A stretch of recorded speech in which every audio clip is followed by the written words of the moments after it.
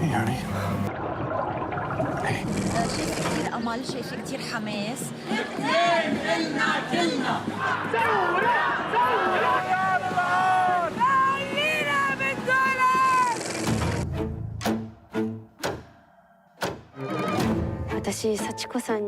Hello and welcome to our cinema show here on Arts 24, where I'm joined by our film critic, Emma Jones, to look at this week's new releases. And I'm also joined by Myriam El Hajj, director of Diaries from Lebanon, which is out today in France. Hi, Myriam.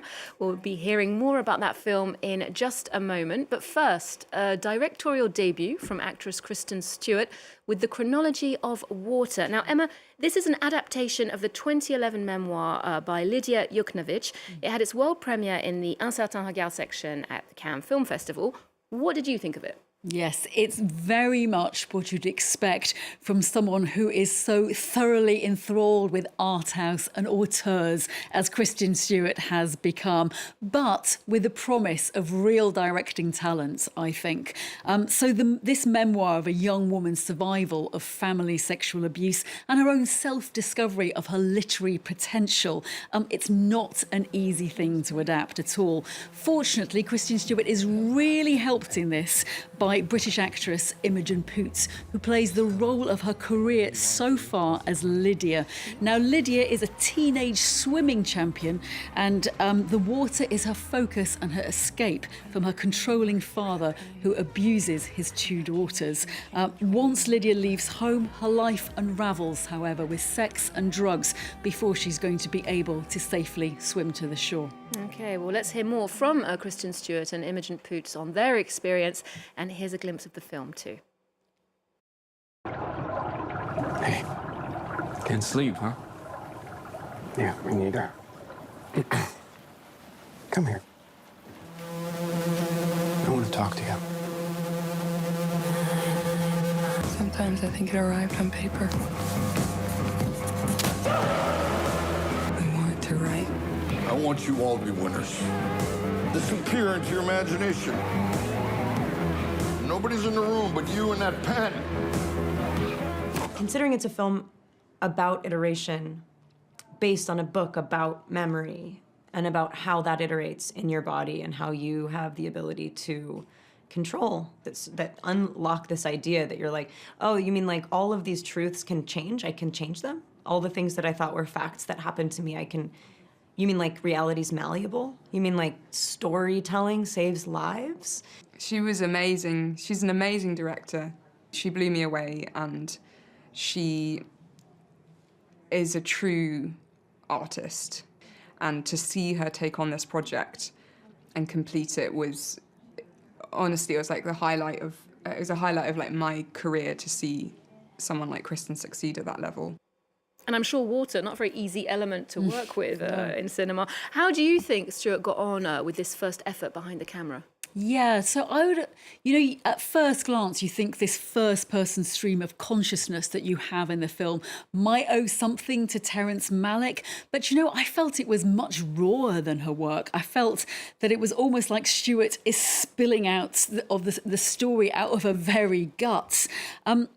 There's a real collage look to this film. It was shot on 16mm film, but, it really stays just about on the right side of art house pretentiousness. Of course, there's always a risk with this kind of film. It will err onto the wrong side, but she steers it very safely. And I think that's really down to Poots, who is incredible as Lydia. Can't stress that enough. So I think Stewart is really to be applauded for her ambition, in not doing a straightforward narrative as her first directorial debut, and she handles dealings, with sexual abuse and stillbirth very delicately and adeptly. And I think there's something personal in what Stewart is trying to say with this film, really, that arts can save people. So we must be seeing more from her soon, I should imagine. Well, onto the film now, Diaries from Lebanon. And thank you so much for joining us today in the studio, Myriam, as the film is released across France. Yes. It is indeed. Yes, Myriam, tell us more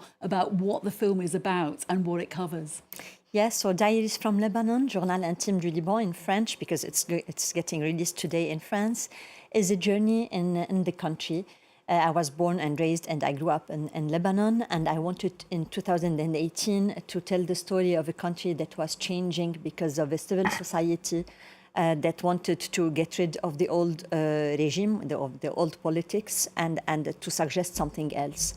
And this is how I met Joumana Haddad in the beginning in 2018. She was running for the elections for the first time, and I started filming with her. And then in parallel, I was still telling the story. I was also telling the story of this past embodied by one of the characters. And so it made, and then the revolution started in 2019. And a lot of things happened in the country, a lot of events that weren't scripted, of course, that I didn't have in mind. So it became a journey of hope and resilience. And I don't like the word resilience, actually, but it was like a journey of hope and with characters that are who are rebounding and reinventing themselves with the events. And those three protagonists in your film, Joumana, Perla Joe, and Georges, are really captivating. They take us on that journey with them. Let's take a look at the film. This is Diaries from Lebanon.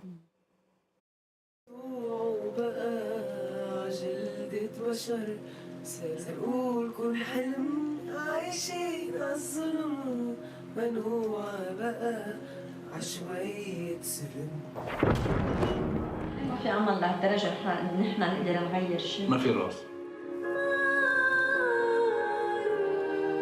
بس عم يسألني كل يوم مين قتل بابا؟ وصلت لمرحلة كنت مفكرة حالي صرت بلازيه. هيدي سنة مصيرية. هيدي سنة يا بتصنعنا يا بتدمرنا. Gosh. Yeah, this really spans a long time, I think, in history. And I'm just curious, really, as you directed the movie, but how much did these events that were happening direct you with the film? Because, of course, so many momentous things happened to Lebanon during this time period. Yeah, it's a very, very accurate word to use. The events were directing me, but actually I tried also not to lose the film and not to lose the first motivation I had in 2018, and it was to tell our dreams, to tell the dreams of a new generation that is fed up and that wanted to change. So this was the first motivation, and I kept searching for it. I kept searching for hope, for change, I didn't want to lose our desires. And this was leading me, even though the events were, of course, directing also the film and changing the narrative all the time. And this film was, as we mentioned, goes up until 2021, and events in Gaza have dominated the headlines right now for the last 2 years specifically, although Lebanon was also bombed by Israel. Do you feel like what happened in Lebanon, including the catastrophic explosion of 2020, was forgotten slightly by the rest of the world? Of course, this is what happens it happens all the time, actually, and even inside of the country, an event is pushing out another event and replacing another event. And actually, yes, the war we had with Israel in 2024 erased the revolution as well.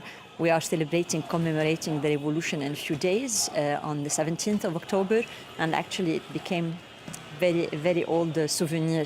But when I was doing this film, it was a gesture of, in order not to forget. Actually, this is what I had in mind. I didn't want us to forget that we had a revolution, that we tried to say no in the streets, and it's very important for other generations to come to know that we once said no, and we wanted to change things.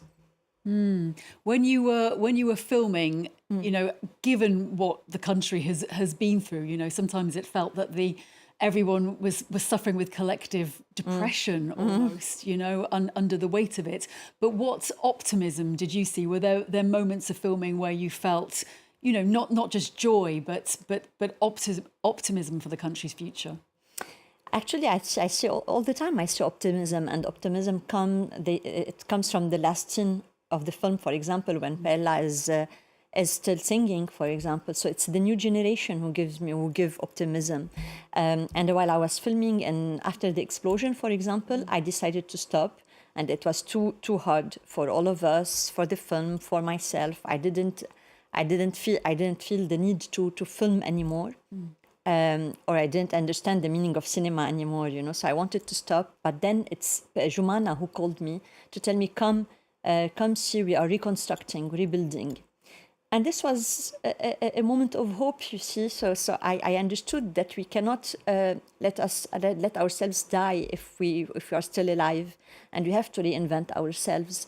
And this is how I continued filming up till 2022. The film stops in 2021, but I kept filming till 2022.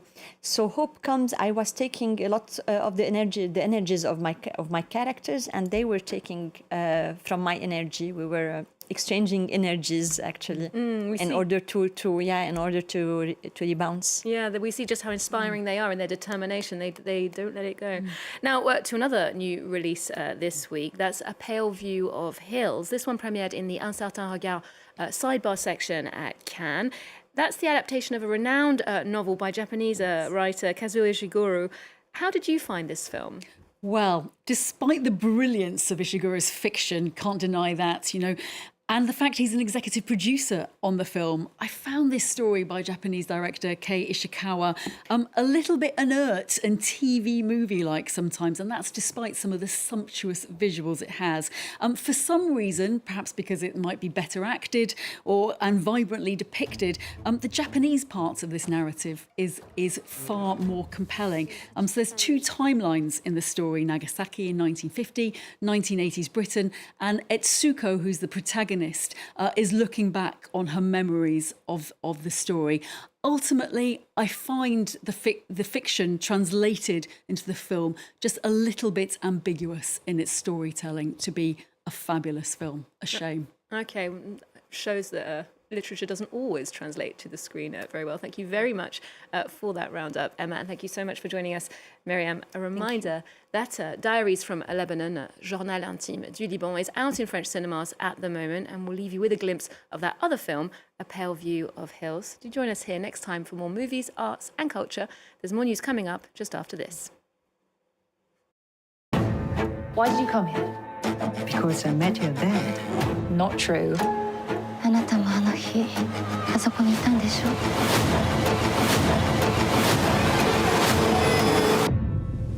遠い山並みの光